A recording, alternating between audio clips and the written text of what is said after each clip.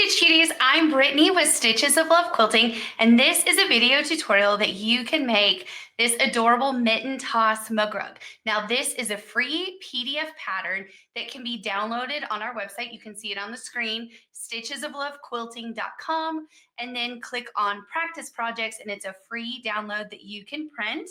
So in this tutorial, I'm going to show you how to prep your applique pieces and give you some tips on sewing. So let's talk about this project. You'll see that it is a mug rug, as I mentioned. It finishes at, is it 9 by 7, I believe, when it's done, was what we trim it down to. It's super cute to use. I love to have these on my coffee table. I like to make two, one for my husband to use and one for myself to use. And somehow we always have more than one beverage. I'll have like a hot chocolate and a water or something like that. So I like that they're kind of larger in size. It'll hold a couple little drinks for you. So what you need to have to get ready, of course, is download the pattern. Throughout the video, you're going to see both screens the whole time. That way you can see what I'm doing with my hands and also I can talk to you. So the pattern, you'll download that. I like to print the pattern one-sided, at least for the back pages where it comes to our reverse applique pieces in our placement guide. But if you want to take a look before you print, you can print the instruction part double-sided if you want on your home printer. So through the pattern, let's just review what we have. Of course, we have a nice picture on the front, a little note from us to you. And of course, if you're watching the video tutorial, you've read the pattern that there's a video tutorial. We give an in-depth list of all of the materials that you need. So let's just review some of the favorites that we like to have. So when it comes to the actual project, you can see there are 12 total mittens. So there are 11 on the front and then there's one on the back. How cute is that? We really love on the mug rugs to have a cute little something on the back because why not? And if you were making it for someone, you could like sign underneath. It'd be really cute. So the way that Julie designed this, she's my mom, Julie is my mom, and she is the designer of all things Stitches of Love. So she is the designer of this, and the fabric that she used 4 different colors. You can see we have pink or red, if you want to call it that, green, aqua, and yellow. And then for each of those 4 colors, she picked 2 prints to go together to make the mittens. So let me show you the fabrics that we worked with. So we grabbed from scraps around the studio to make this. So hopefully you're going to go around your sewing room and find some cute scraps. Now this is the January project, so it's not necessarily Christmas, so it doesn't have to be red and green. It can be really fun for January and winter time. So that's why we did these fun colors. So the background is this cute print with the denim blue circles on it. It is a bead background from Lori Holt at Riley Blake. And you'll need 2 10 by 8 inch squares from that. So again, if you have a fat quarter or just some scraps or a fat eighth, you should have what you need. And then for our 4 prints, and again, you can use 12 different colors. You can use 24 different colors and make every single mitten, top, and cuff different. You can just have so much fun with your scraps. But for our pink/red, we use these 2 prints. Then we have 2 prints for our green, 2 prints in the aqua blue, and then 2 prints in the yellow. So to equal 12, I'll give you a little trick. If you're using 4 colors, 2 prints of each, you're going to want to have 2 mitten bottoms or the hand part of the mittens and 1 cuff of 1 print. And then for that coordinating print, you would do 1 mitten bottom, like the hand part, and 2 of the cuffs. So that's sort of the little formula if you want to do it just like this. And I'll show you when we trace in a second. So again, have so much fun picking out your scrap fabric. And that is what you'll need fabric-wise. You'll also want to have a piece of batting. You can use fusible batting or just regular batting. If you're using just the regular batting, you're going to want to have 2 pieces of fusible so that you can fuse it to the top and bottom of your mug rug. If you happen to have fusible batting where one side is fusible, then you only need 1 piece of your fusible web. For the fusible, did I just say heat and bond light? I might have. But what we actually use, if I didn't say it, just disregard. If I did say it, what am I talking about? We like to use Sulky Perfect Applique. This is just a really great lightweight fusible web.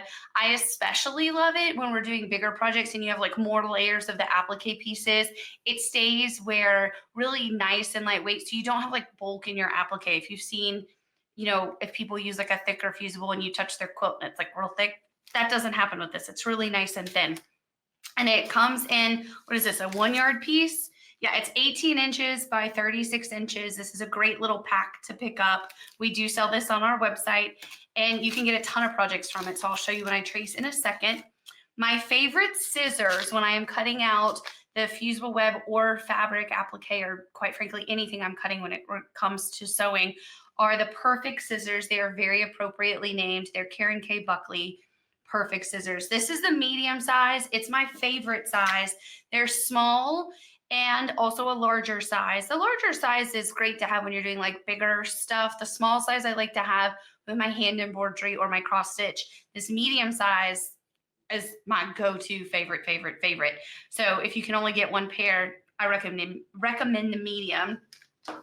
And then when it comes to actually time to stitch, you'll want to have a stabilizer behind your applique. And we recommend, again, it's a Sulky product, the Tear Easy Stabilizer.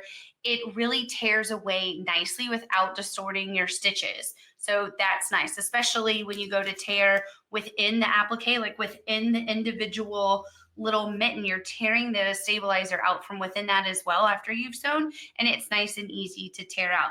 If you have a good pair of tweezers, that helps too, just to get the little pieces. We just quite frankly can't decide on our favorite brand of tweezers. We actually have some on the way right now. I hope they come soon so that maybe we can start recommending a brand to you. But really, tweezers, they're not that hard to get. We're just being oddly picky over the years about it. So again, we go through the list of other things you'll need. When it comes to the thread, we like to use, with all applique that we do, we use a 30 weight thread in the needle of our machine. So on top, that's what's going to be visible in your stitching. The 30 weight is a slightly thicker thread, and so it gives you a lot of depth in your applique. I don't know why I keep taking this out of the view. You want to see that and not the pattern. So the 30 weight is just a really nice weight on top. And then we do a matching 50 weight thread in the bobbin. And it just makes such a great pairing together. It gives you really beautiful stitches, whether or not you're doing the buttonhole or blanket stitch, if you want to call it that, or if you're doing a straight stitch, whatever type of applique stitch you're doing, that thread looks really good together. And then we pair that with a size 90 14 needle. You want to do a slightly larger needle like that so that, of course, that 30 weight thread has room to pass through the eye of the needle. And then let's see, did I get everything? Oh, let's talk about the perfect stack when you're doing applique. So in front of me, I know you can't see everything in my pile, but you'll read it and you'll see it in other videos and you'll see me use it. But the very bottom underneath, I have a light pad. So you can see it turn on. This is a great light pad. And then on top, I have my glass mat. The glass mat is great because when we're building our applique units, you'll see that I'm able to have my placement guide on top of the glass. And then I'll put my fusing mat on top of that. And I'm able to iron on this and build my applique units. And then when I actually go to put it on my fabric, I can still iron on top of the glass and have the benefit of the light pad without hurting the light pad. So the glass is there basically to allow you to use your light pad throughout the process of applique. And so this is a standard fusing mat we have on our website. They're great. When you touch it, it's kind of like a little tacky feeling. It holds your pieces in place while you're building your units. And then I love to have a Steady Betty beside me. This is an old school one. They now come, if you can see the edges, they now come with a cute little scalloped edge, which is adorable. This is an old, I can't even imagine how old this one is. It's great. They last forever when you buy one. But this is great. And it allows you to easily press without having to get up and go back and forth to like your real big ironing station. And then of course it's great to have a little iron. This is the Aliso M3 Pro. These are really cute. We don't carry them just because, well, they were a little expensive to ship to everybody. And so many people carry these. You can find them anywhere.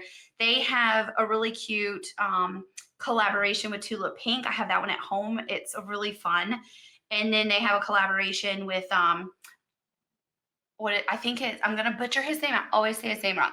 Calf Facette. I always say his name wrong. I apologize to you, sir, because you're one of my favorite fabric designers, but I can't say your name. But in any case, they have another one coming out. I don't think it's out yet, but another iron coming out with his prints on it. So it's really cute.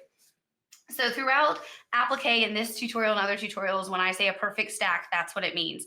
The glass mat on top of the light pad with your fusing mat, and then of course a Steady Betty and an iron. Those are super handy to have. Okay, so that's a big spiel that I've just done. Let's keep going. you're going to cut out your two background, your background and backing fabric. You can make them different. You can have the back be a different fabric if you want. I kept them the same. And then when it comes to the binding on this, I'm not going to show you how to make the binding in this tutorial. We're going to do a separate tutorial just about this fun scrappy binding because you can apply it to all kinds of projects, not just this. But instead of just taking one strip of binding, so to do this, you only need a 2.5 by width of fabric strip of fabric to make your binding. But for this, because there were so many cute colors that Julie used in this, we couldn't decide what color we would want to do for the binding. And so we made a scrappy binding. I don't know if you've been with us for a while, we did this back on the U-Troop quilt, and it was just so cute because it tied all the fabrics together by having it be a scrappy binding. But essentially all you do is a diagonal seam of scraps of fabric that are 2.5 inches by various lengths, and you just sew them together until you have about a 42-inch length of binding, and that's all you need to do this. You'll have more than enough. And I believe Julie pressed her seams open. We'll have to ask her when she does that tutorial for you, but there's no bulk in this where the seams are. It feels really lovely. And it's just super cute. Don't y'all love that? Okay, what's next? I want to go fast, but I also want to cover everything so we can get to the good part. So we try to give you really detailed instructions so you can like slow down and read everything and then also follow along with me in the tutorial. So let's get started. A reminder, you want to have 12 total mitten sets. So you're going to trace 12 tops and 12 bottoms. And let's get going. So in your pattern, boop, boop, boop. I'm going to do it without reading the pattern. So let's hope I do it how we wrote it. So in our patterns, we always give you the reversed piece to trace onto your fusible. Always read your pattern and see if they've given you the reverse pieces. If a designer gives you a pattern that doesn't have the reverse pieces, you're going to want to trace everything reverse, which would mean you would simply turn your paper over and trace. But you want to reverse it. It's not really imperative on something like this mug rug where it's a mitten, but let's just picture a bird. If you don't trace the reverse bird, when you put it onto your fabric and iron it down, it's going to face the opposite way, which in some designs could look really funny. So let's trace. I've already, on the side with the magic of camera, cut out and traced all of my pieces, but I do want to show tracing one set and just give you a few tips there. So you never want to trace on top of your fusing mat. Remember how I said it had a little bit of a tacky structure? It's got little ridges too, so you won't have nice clean lines. So don't trace on top of your fusing mat. I like to trace right on top of my glass mat, and then I turn my light pad on. I know when I turn the light on, it looks a little funny on the screen. It might distort the lighting. I apologize, but I need the light. And when you trace, you'll see you need your light too. So this is a piece of the Sulky Perfect Applique Fusible. And this is a piece we've been working on for a while. So let me see where I last cut. When it comes to it, leave all the little edges. You never know what little piece you can fit where. See how my piece is all like wonky? Because you don't need to waste it, right? Like don't cut that off so you have a nice clean line. Keep it. You never know what piece is going to fit there. For example, one of my mitten tops is going to go there right now. So if you remember on this, I said that for each color, so let's just take the pink for an example. I need 2 of the hands and 1 cuff in one print. And then I need 1 of the hands and 2 of the cuffs in the second print in that colorway. So what I'm going to do right now, I'm going to trace 2 of the hands and 1 of the cuff to get what I need for a particular fabric. Okay. And again, you can make all 12 different. You can have so much fun with your fabric. That's just what I'm doing. So let's get in here. Look at that. See that little piece that I was talking about, how don't waste it? My little cuff or my little hand of my mitten will fit. And I want to show you that you don't need a ton of fusible outside of your line. Like you're just going to cut it out. So don't worry about having these like giant, like, I don't know, what would you call it? Seam allowance? Like you don't need a seam allowance. Like you don't need extra fusible outside of your drawn line. So I don't know why we're very stingy with our fusible when we're tracing it for our own project. It's really cool. If you've been with us for a while, of course, you know, we provide laser cut applique pieces, and the laser is just so efficient. We put all the pieces together and it's just really so much fun to watch that cut out. And having cut out all these myself really makes you remember why you love a laser cut kit, because gosh, they save a ton of time. But this project, there's no laser cut kit for it because It is a practice project, and it is meant to be practice for all of us. And then for those of you that do the block of the months with us and you get those lovely laser cut pieces in the mail, it just gives us all a little bit more gratitude for those beautiful pieces that come cut out, doesn't it? And then we need one little mitten top, the cuff, if you will, piece number 2. And so when you trace, you want to be very accurate if you can, because the more accurate you are in what you trace, the more accurate you'll be able to be when you cut, and ultimately the better your project will look. So I've cut out what I need for one particular fabric, right? These are all going to get ironed on one fabric. And so, am I in the camera? Yep. I'll turn the light off. So yeah, you just see better with the light off, I think. And so I'm just going to loosely cut around. And this right here is a chunk that I'm going to iron on one fabric. So let's fold the fusible up. It's kind of like folding a map when you were a kid. Remember when we used to use maps? Oh my God. Oh my God. I've been folding this earlier when I was tracing and I had no problem. Now I'm on camera. Woo! It's the only thing about this. You got to fold it. But you know, they didn't ask me how to package it.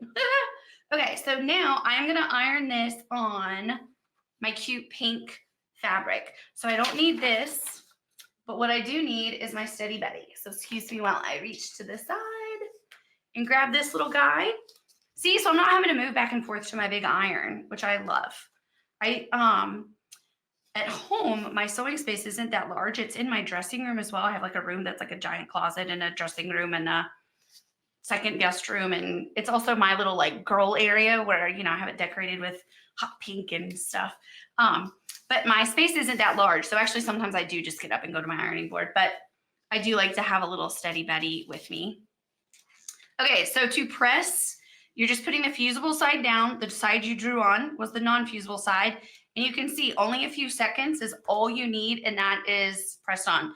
I don't use steam when I'm ironing my fusible, and I don't have it actually quite at the very hottest. I have it almost at the hottest, but not quite. You don't need it to like, you know, you don't need to burn yourself.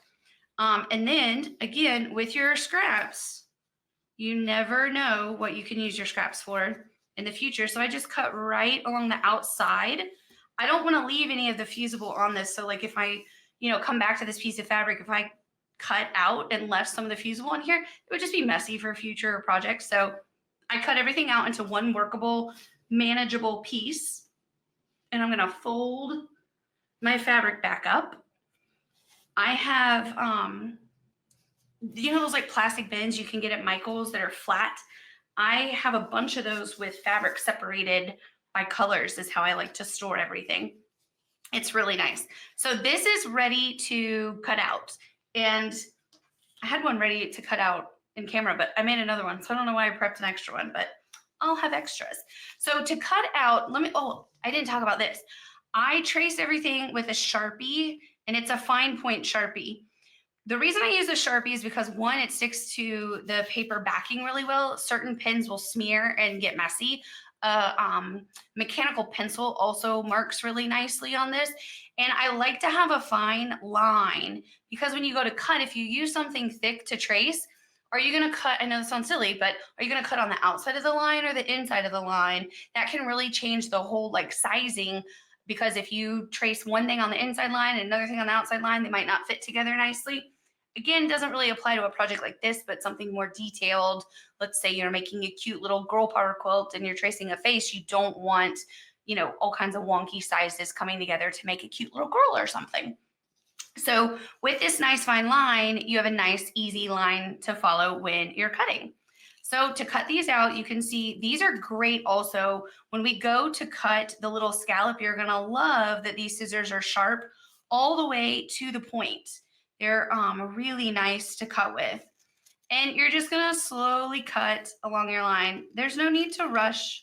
You're not in a hurry or a race. You just wanna be accurate. And see, like right here, I love that I can snip right to that point and be accurate. Can you see? Oh, I hope I'm in the camera shot. I need to check myself as I go. These are just great scissors. You're gonna use them on all kinds of things. Even if you do like wool applique, or if you get into wool applique, these cut the wool really, really well. And so we are just cutting out on our line. And again, you're gonna have 12 total that you cut out. So you can always put them in a cute little like flat dish and go to like a little, if you have a little sewing chair in your sewing space, you can go sit in that and turn on Netflix, kind of listen to like a cooking show or something, or turn on YouTube like this and stitch along with someone like me. And it's just really fun. I like to kind of just go sit somewhere comfortable when I'm cutting out, depending especially on how much I'm cutting out. And then I have a little trash pile over there. And then when we do our scallops on the cuff, you really want to pay attention here and be nice and accurate so that you don't end up with like wonky little cuffs. You want them to be cute. And so I'm just going to turn in and then just come right back out. Again, can you see me? Yeah. I know it's kind of boring to watch me cut, but if you've never cut before, this might be really helpful. You can see right here, I went off the line some. I'm just going to come back and fix that. I don't want to have like a flattened finger, right? There we go. See, nice that they're sharp all the way to the point. Love, love, love these scissors. There we go. And you want those to be nice round scallops. So just take your time. There we go. And you know, this is the 4th project in a series of 12 projects that we have. They're little toss projects that are coming to you. And this so far, I think, is the hardest one to cut out. We'll see what's coming the rest of the year, but that's as challenging as it's gonna get in this whole project. How nice is that? And I say that because it's really easy. Okay, so now we have all our cute little piles of pieces. And it's time to start building our applique units. What I mean by building an applique unit is we're gonna build our 12 little cute things, and then we're gonna put them onto our background and our backing fabric. Again, with a simple project like this, in theory, you could put all of your little pieces down on your fabric right as you're building them. However, it's good in my mind to form a routine in how you do it, because when you're working on a larger project or more complicated applique project, if you have like the best practices as your routine, you'll have best practices when you do everything else. So it's kind of like do everything the right way, if you will. So now what we need then is our placement guide. So the placement guide is full size and it shows you all your cute little pieces. We only numbered one of them because they're all the same. We think, you know, we can all handle 1 and 2. So I'm going to turn my light pad on, put my placement guide down. And then on top of that, let me reach over and we will put our fusing mat right on top. And now if you've never used a fusing mat, you're going to see why we love them so much. Okay, so I have a pile of each color. So let's talk about our colors that we have.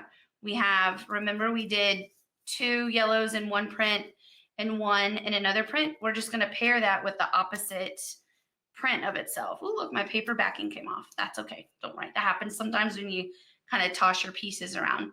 So that's one colorway of units we're going to make. So let's make them. We are going to simply put, you're peeling the fusible backing off. It comes right off. It's really easy. And you're going to put your little mitten in place. And then we're going to take our little scallop and put it right in place as well. Boop, boop. There we go. And now all you're going to do with your iron is just iron where that overlaps for just a second like that. And now it is fused. You really should let it, you know, cool off for just a second. But look, we have 1 little mitten. So let's make 12. Let's go. So now that you have them all cut out, you can always pause the video, finish cutting out, and come back to me. Or you can listen to my banter while you cut and we press together. So I'm going to make a total of 12 of these cute little units. Oh my gosh, they're adorable, aren't they? I would wear these mittens. It's so funny when we're doing the applique all the time. I'm like, I would wear that. Like I was filming a tutorial for, I guess it was Girl Power the other day, and it was a little farmer that has overalls on. I was like, I would wear that. It's always fun. Look how cute these are. Oh my gosh, adorbs. So let's just keep going, making all our littles. And you could, in theory, put down several at one time on the other mittens. I'll show you, and use the other placement guides and make a bunch of units at one time if you want. There we go. And then if you want to let it cool down, I'll show you. You can leave that sitting there and move your placement guide and then iron it in a different spot, right? So let's organize our next little pairing. We have green and then print two. So print like that, boop, boop. Basically how we are doing it is just pairing the opposites in the color, right? That makes sense. So I'll show you what it's like if you want to build several units at one time and press them at one time. We can do that. I'm just going to use another little spot. See? Adorable. Oh my gosh, these are so cute, you guys. We are, I don't know if you guys know this, we're in Florida. And right now it has been cold.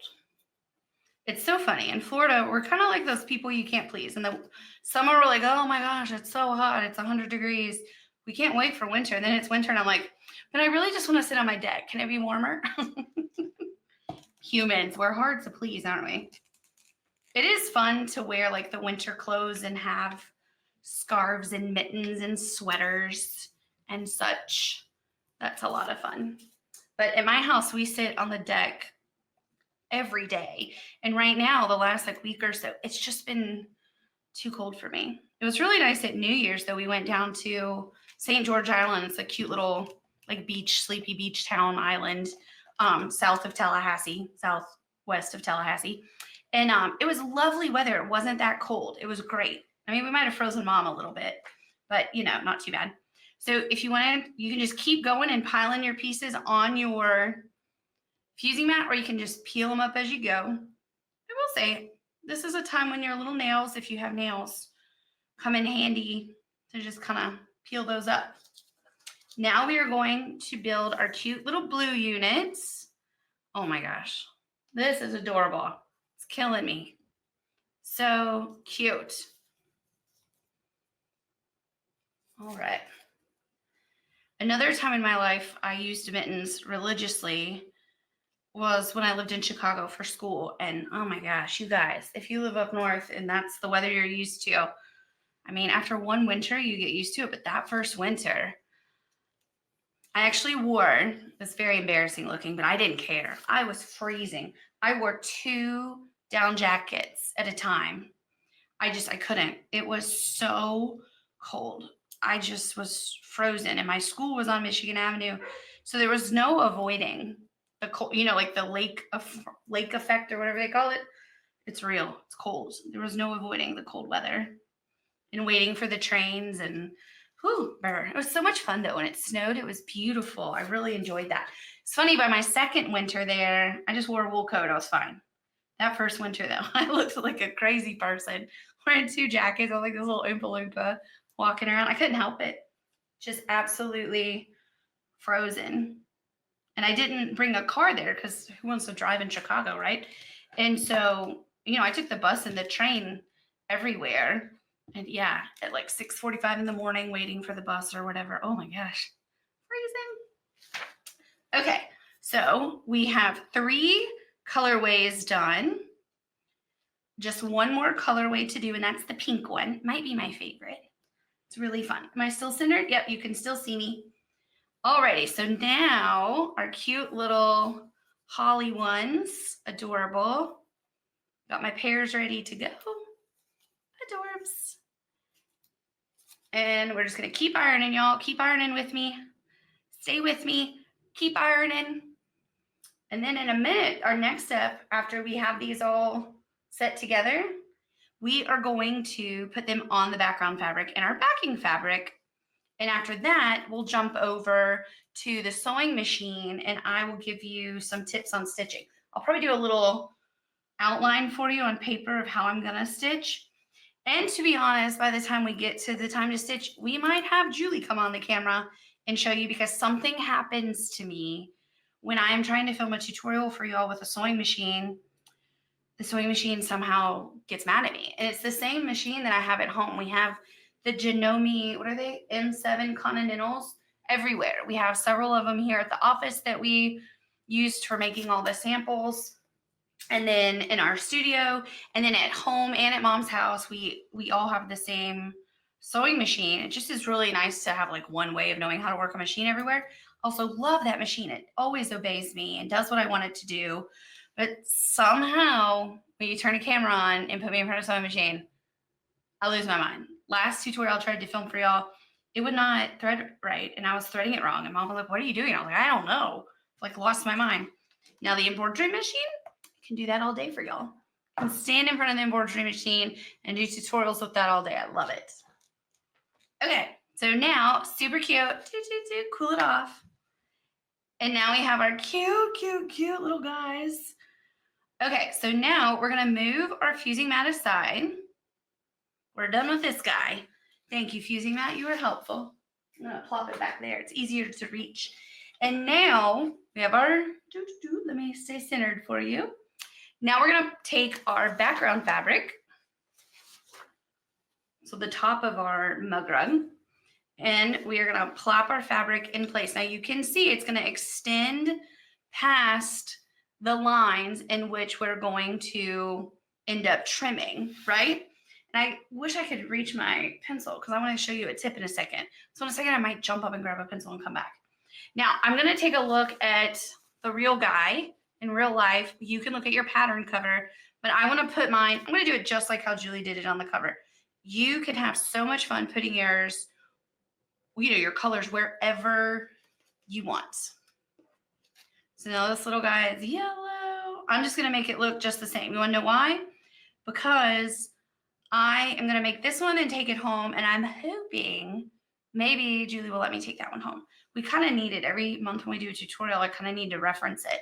And maybe she'll trust me to use it for a month and bring it back without a stain. But sometimes it's hard at my house. I say at my house we live hard.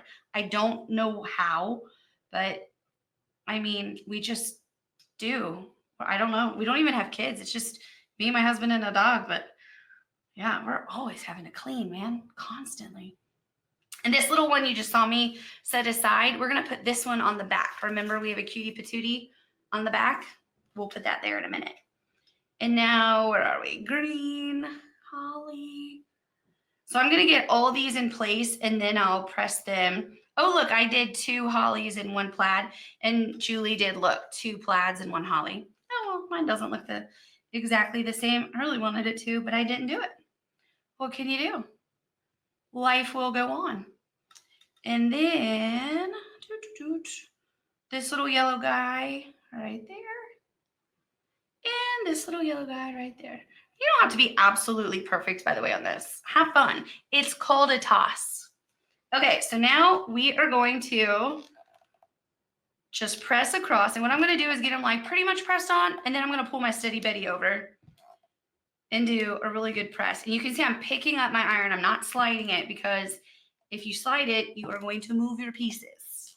You would be sad about that. Okay, so they're mostly pressed on. I'm just going to plop that onto my Steady Betty. We're going to do a final press in a second, but let's make our back. So now we're done with the placement guide for the front, and we give you a placement guide for the back. Oh, I want to do one more thing. Hold on. Backtrack. Don't listen to me. Remember when I talked about I need my pencil? It's right here. Hold, please. Sorry, guys. I try so hard when we're filming to have everything right in front of me and be 100% prepared. It's never going to happen. Okay, so let's put this little guy back in place. And what I'm going to do is just give myself a little bit of a cheater in the corners. Can you see my corners?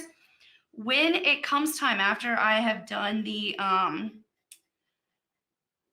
stitching, we're going to trim this after it's got the, it's been sandwiched into a small quilt, if you will. That's what I'm going to trim. So what I'm doing is just giving myself a little bit of a 90-degree corner right here. And this is going to be a guide for when I go to trim this down to the 9x7. I will use this as, you know, I'll pick one of the corners and start from there. And this keeps me accurate. Okay, and it may not be exactly 9 by 7. When I go to do it, I may end up, cutting a little bit over to the side or something like that, but it's going to be in the binding. It's okay.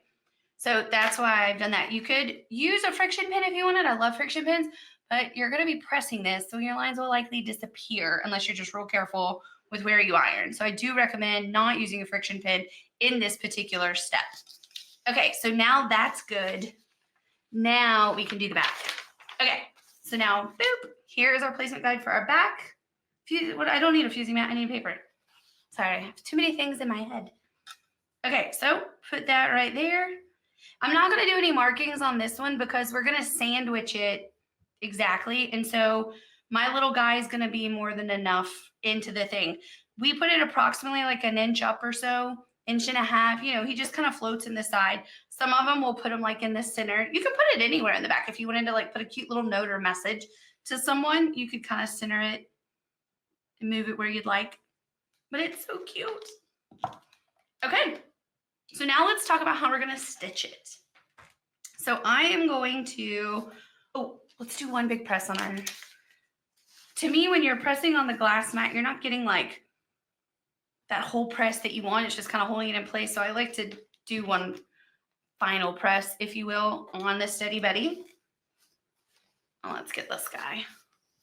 And again, this is why you don't want to use a friction, because you're going to do another little press.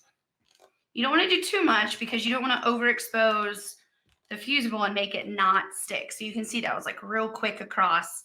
So this is, nothing's falling off. We're good. How cute is that, you guys? Wait till you start stitching it. It gets even cuter. Oh my goodness. Okay, so let's talk about how we're going to stitch it. So Julie did a buttonhole stitch. You can call it a blanket stitch or a buttonhole stitch. And she did that on every single piece. Let me talk about other options for stitching. I have the previous month samples here because some of them are straight stitched. So to me, I have to practice the most at my buttonhole stitch like this. I would say that I'm least confident in this stitch. I use the embroidery machine a lot, so I cheat. I love it. And it does it for me, which is really nice. I've gotten really spoiled with that. So I'm actively having to like remind myself and kind of reteach myself and keep the habit going of knowing my machine and this stitch. Because as you do this stitch more and more, you become more confident.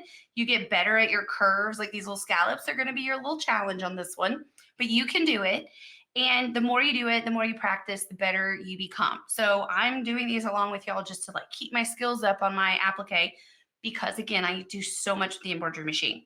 However, if you don't want to do a blanket stitch, you don't have to. You can do whatever you want. A stitch that I absolutely love doing is a lovely, we call it like a little scribble stitch. You're just doing a straight stitch all the way around. You can see in this little guy in the center, can you tell? Let me hold it up a little more. We went around this little guy right here just one time with a 30 weight thread, 50 weight in the bobbin, 90-14 needle. The rest of them, we went around twice. And that gives you that fun little scribble effect of the lines not being exactly perfect. It's a very forgiving method of applique. And it gives you a fun little look. Now, some of the quilts that you do, you don't want it to be a little scribble stitch. You want it to be like the nice, beautiful blanket stitch. So again, practice that. But if on something like this, you want to just be quick and get it done, do this stitch. It's fine. There's all kinds of different stitches you can do. You can do a zigzag stitch. You can have fun with like different decorative stitches. I do want to talk about how to pick this stitch on your sewing machine, okay? So I did this in the last video. We got a few emails that you guys liked that I did it. Maybe you wish I was a little more talented as an artist in drawing, but I think it's helpful. When you look at your sewing machine, there's a few different stitches that are going to be listed. The one you want to pick looks like this. It has, yep. It has one line down, one line in, one line out, and then down, in, out. It'll be notated like this, right? It could also be notated like this, where it's like two dashed lines going down, one in, one out, two dashed lines, one in, one out, two dashed lines. What this means is that your machine, between the bite in and out onto the fabric, it's going to give you two stitches. This is my favorite and it's Julie's favorite. And as you practice, you'll see it gives you a little more control with curves and things, because instead of just one stitch, like to reposition before it bites in, you have 2. So it's very, very nice. And you'll see when we stitch, we always keep our needle in the down position. So that way, when your needle's down, if you need to pivot on a curve, you can just kind of curve, you know, keep your needle down, pivot the fabric a little, and then do the next stitch. And that way your needle is always staying right beside your applique. So if the pin is the needle and my hand is the fabric, you don't want the pin to be going on your finger, like on your fabric. You want it just beside, because you don't want it to pierce and fray your fabric. Now watch me when I go do the tutorial and we fray some fabric. I'm gonna try not to, and you should try not to too. So have your needle go right beside it. And then the only time your needle's going in your fabric is when it's doing that bite in on the fabric, right? So your needle's always just gliding right beside, a needle width away from your fabric, bite in and out and down. Now, another way that your stitch could be denoted, and one that I wouldn't pick, you'll see sometimes it'll look like a line going like maybe 2 or 3 lines, and then a line in and out, and then you'll see lines like this. When you see all these multiple lines, what that means is your machine is going forward, backward, forward, and then in and out, forward, backward, forward, all on the same place. And what happens with that is when you need to turn, when you need to be on a curve, especially on something like these little scallops, what happens is if you're not just like super in sync with your machine, you're going to end up like, let's just say you're on your mitten curve. What's going to happen is you're going to have a stitch. You might be good there. It'll come in. You might be good there. And then when you get over here, you're going to start curving. And you end up sometimes with like a wonky little stitch going who knows where, because as you're turning, your machine is still going back and forth in that same spot. So you can't easily always pivot in that exact moment where your machine is on that perfect forward stitch before it bites in and out. So again, one to look for would be like this. Okay. Now, when it comes to the size, take a little scrap of fabric and run it through your machine. Like on the embroidery machine, I almost always digitize a 2.5 by 2.5. That's my favorite way it looks coming out on embroidery machines. On the sewing machine, I'm probably going to do like a 2 and a 2.5, or maybe a 2 and a 2. You really want to just play with your machine on a scrap fabric and see what you like. Again, this is a great practice project to say like, you know what, I think I like a 2 by 2, or I like the 2.5 by 2.5. I'm going to do that entirely on this mug rug and see how it looks. And it's a good way to practice if you like a stitch before you get to, say, a large block of the month quilt where you're really investing in it and making a beautiful piece that's going to hopefully be like, you know, a treasured quilt in your family. This is a mug rug that you can let anyone that comes to your house use, right? Because if they mess it up, it's okay. Not really, but it's okay. You can still be friends with them if they do. No, I'm playing, but yeah, you know, we're like that in our house. We have some quilts that like, you know, the quilts we make that are from our block of the months that you all make with us, those are really special. They tend to only be like hanging on a wall, like the Happy Place quilt right now. We're all almost done with the first round. So we all have like one more block to do. And then we can start piecing the finals together because I'm making it alongside y'all. And that's going to go in my guest room. I have this blank wall that is just ready to go there. I've been waiting a year for it. And that's where that's going to go. I would not put that like on my couch and let someone cuddle up under it, right? I'm going to do a pieced quilt there. So this is a project that it's really fun because you can let everybody use it, right? It's very approachable as well. So now we're going to go to the sewing machine and we are going to sew. Another thing before we do that, I do want to mention, you can mix and match your thread colors. You can use contrasting thread colors to add a little bit more design to it, if you will. You can, and the way Julie did this, she matched all of the thread perfectly. So like, it just fun fact, we didn't write the thread colors that we used in the pattern, but I can tell them to you. So this is 1095, the turquoise fabric. Then 0567 butterfly gold. These are sulky colors on the yellow. 1039 true red was used on the pink and red. Or did she use? Actually, she might have used 1109, the pink, or 1256 sweet pink. She used one of the pinks, actually, not the red. I thought she used red, but she used pink. And then 1177 avocado is used on the green. So if you're using similar color fabrics, those are the sulky colors. You can use any colors. And then again, you can stitch straight stitch matching thread, straight stitch non-matching thread, the buttonhole stitch matching, buttonhole stitch contrasting thread. It's your project to really have fun with the colors. So let's jump over to the sewing machine and I'll wish each other luck that we do really good, right? I'll see you at the machine. Okay, so now we're at the sewing machine. You can see I've stitched one cute little mitten hand, and I'm really happy with how it turned out. So cross your fingers when I'm doing this live for you on the video. It turns out just as good. So what I have set up on my machine, you can see I have an open toe foot. That's going to allow, first off, my needle to get where it needs to go and also allow me to see what I'm doing. You can't see my buttons, but I use a start stop button. You'll hear it click throughout. I use that to control everything. And you'll see at the beginning, I'm going to keep my needle in needle down position, and you'll get to see me pivot as I go around. And then I have my machine set to 2 by 2.5 is what I ultimately decided on. But again, there's no right or wrong. You can have it however you want it. And so let's just dive right in. Again, 30 weight thread in the needle, 50 weight thread in the bobbin, and then my needle is a 90-14. So again, make sure you have that open toe foot, have your machine set to the right stitch, and let's go. So I'm going to get my needle right where I want it. I'm going to put my needle down. I like that.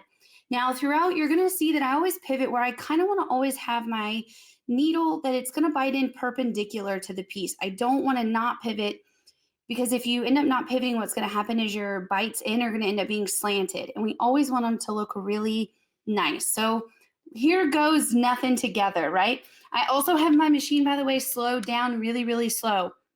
As you get more and more confident with applique, you can speed it up and speed it up. But you're going to see I like to go slow no matter how long I've done it. Okay, so my machine starts with 2 forward stitches. Every machine does something a little different.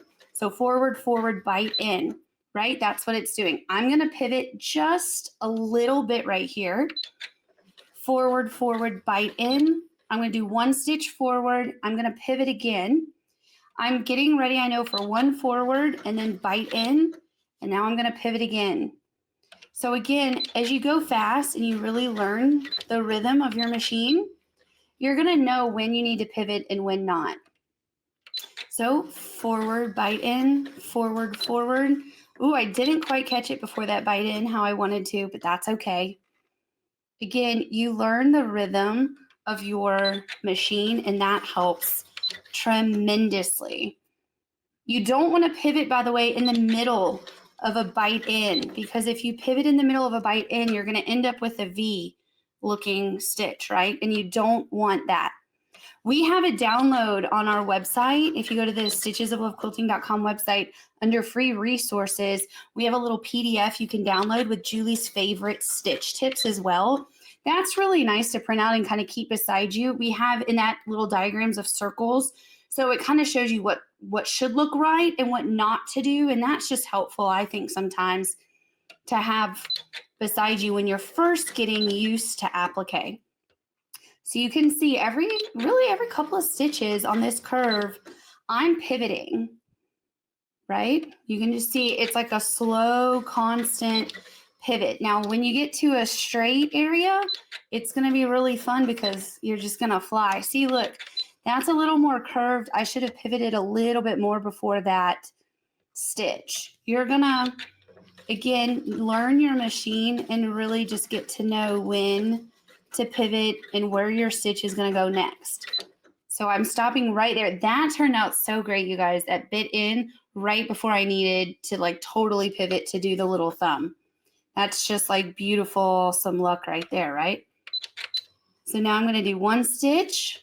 I'm going to pivot again. Now remember, I'm doing the stitch where there's 2 small forward stitches before it bites in. This is a perfect example right now of why that's great, because I did 1 forward stitch.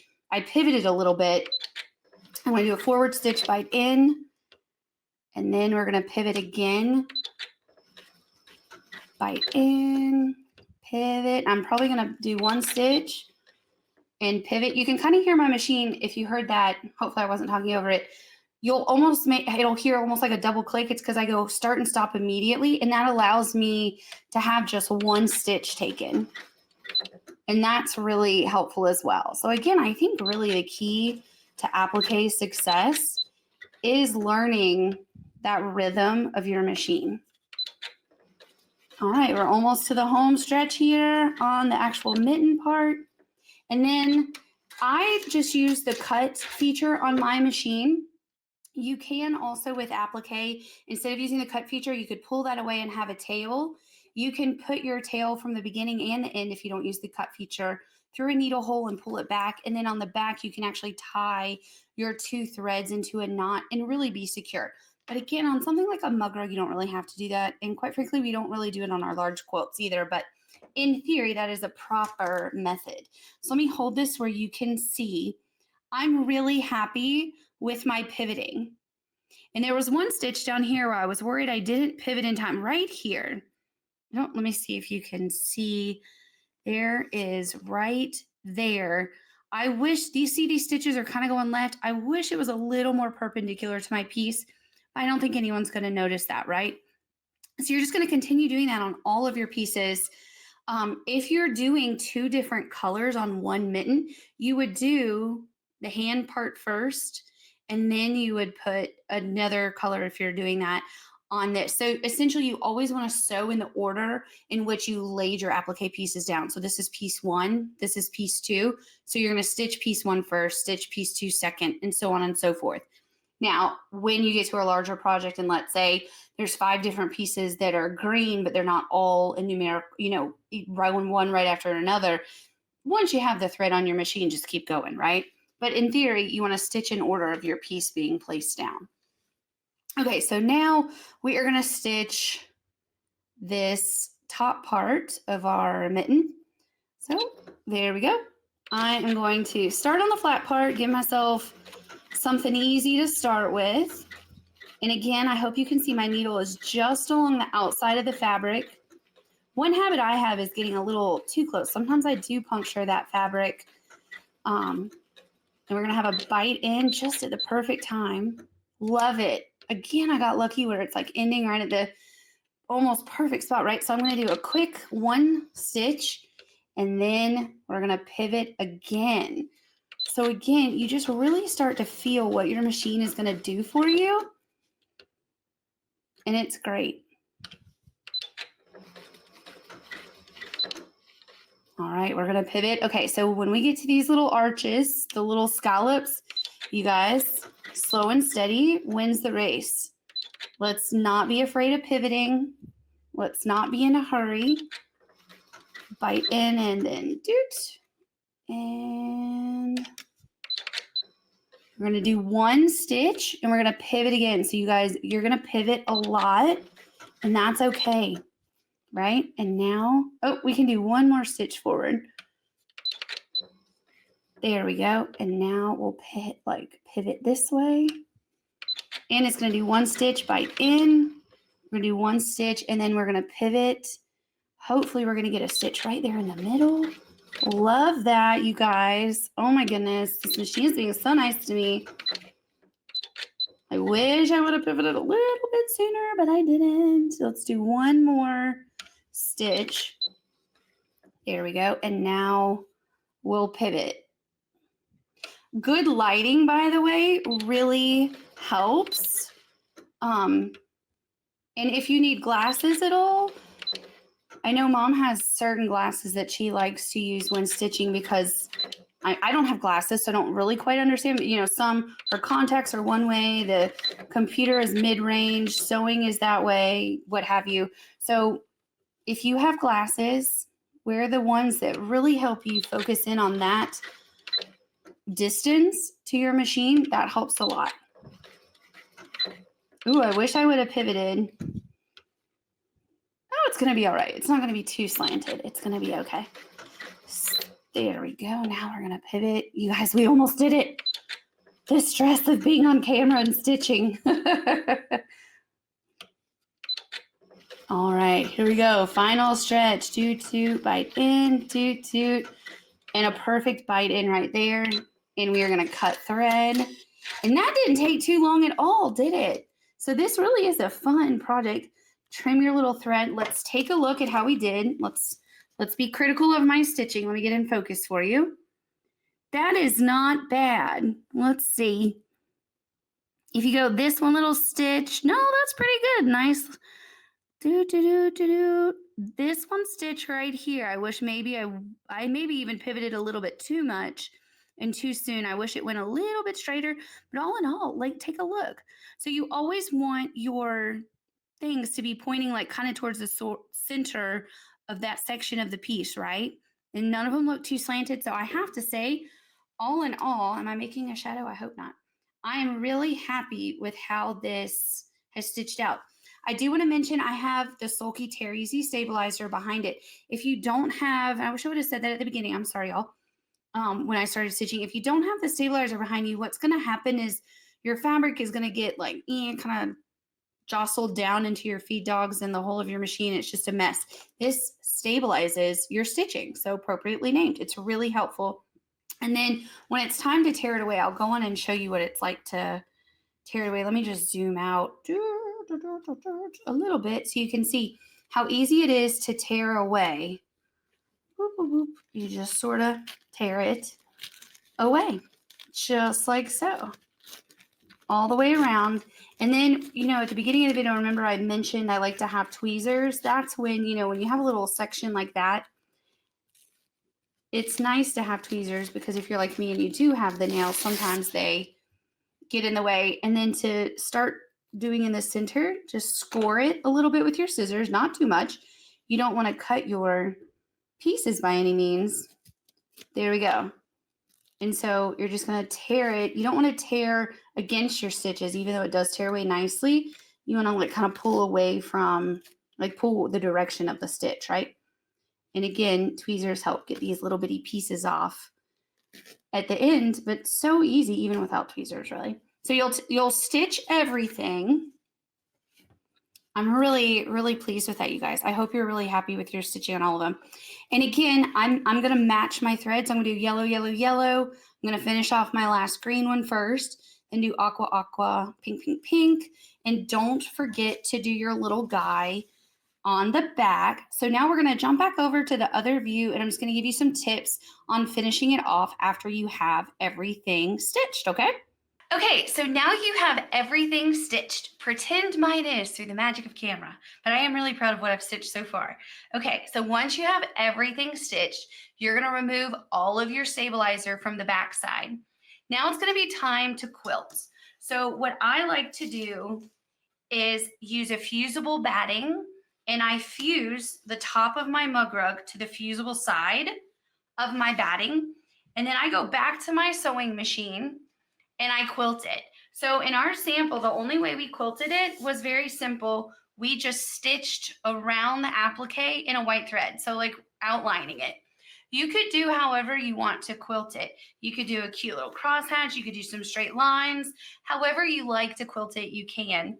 But we just simply essentially stitched in the ditch around the applique. Very simple.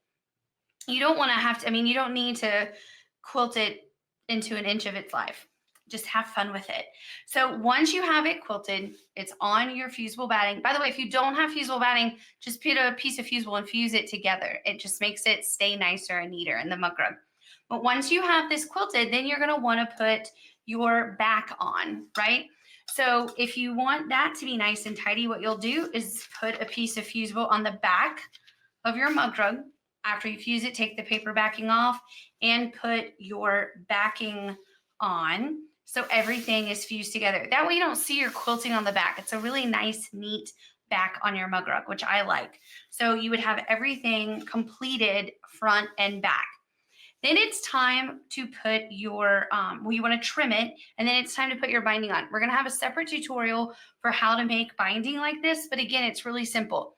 You just need 2.5 inches by width of fabric, so 42 inches. So you can take scraps of your applique fabrics, trim them to 2.5 inches by different lengths, like 3 or 4 inches, 6 inches, 5 inches, something like that. And then Julie did a diagonal seam on them to create one strip of binding that's 2.5 inches by width of fabric. And then you just treat it like regular binding. Again, we'll have a separate tutorial debuting later that has that. We do have a really great tutorial that's an oldie but a goodie that helps with binding. I'll put a link to that in the video description, but it's under our old school mug rug tutorials, and it's all about doing binding, and it's one of our most watched videos, so you'll find it helpful. When it comes to trimming it down, remember I marked my little corners. That's my nice little cheater now. So once it's all fused together and ready to trim, I'll go to my cutting mat and I will just start at one corner, make a straight line, turn it, and then make a straight line. And then I start my measuring to get my 9x7. So that is how I like to trim it. You can also do something as simple as taking your placement guide again, if you didn't mark it, and you can just simply fold your paper in and give yourself approximately a 9x7, put on your placement guide, and then do use a ruler to measure, but that'll give you a nice starting corner, if you will, to start measuring from. So that's it. It's a really fun, easy project to make. I hope you found the tutorial helpful. The most important things I think are having the right tools, because with the right tools, it becomes so much easier, and just really take your time and practice your stitching. If it's your first time doing the blanket stitch on your sewing machine, do like I do and just go nice and slow and steady. Don't be afraid to pivot.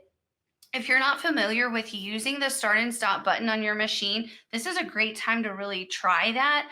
I personally feel it makes applique so much easier. I can't comprehend how to stop between the stitches where I need to with my foot pedal. I just don't have that nuance control with my foot pedal that I do with my start and stop button. So again, there's no right or wrong way to do any of this. It's all about making something that makes you happy and is fun to do. Again, you can visit stitchesoflovequilting.com to find this free PDF downloadable pattern. And if you want to try some of the others, this is going to be a 12-part series. This is number 4 in the series. We also have candy corns, Christmas trees, and acorns that have been available. So you can really have fun practicing all of your applique. And then at the end of the 12 months, you will have 12 really fun mug rugs that you can use every year in your house. I love to take these out and use them. I love to redecorate for every holiday, every month. It's just a really fun thing that I find joy in. So I hope this adds to that for you as well. As always, if you have any questions, don't hesitate to reach out. And when you're done with your project, I would really love if you'd share a picture on Instagram or Facebook and just simply tag Stitches of Love. Follow us and then tag us, and that way we can see the picture, and all of our followers can see us, as see your work as well. Happy stitching.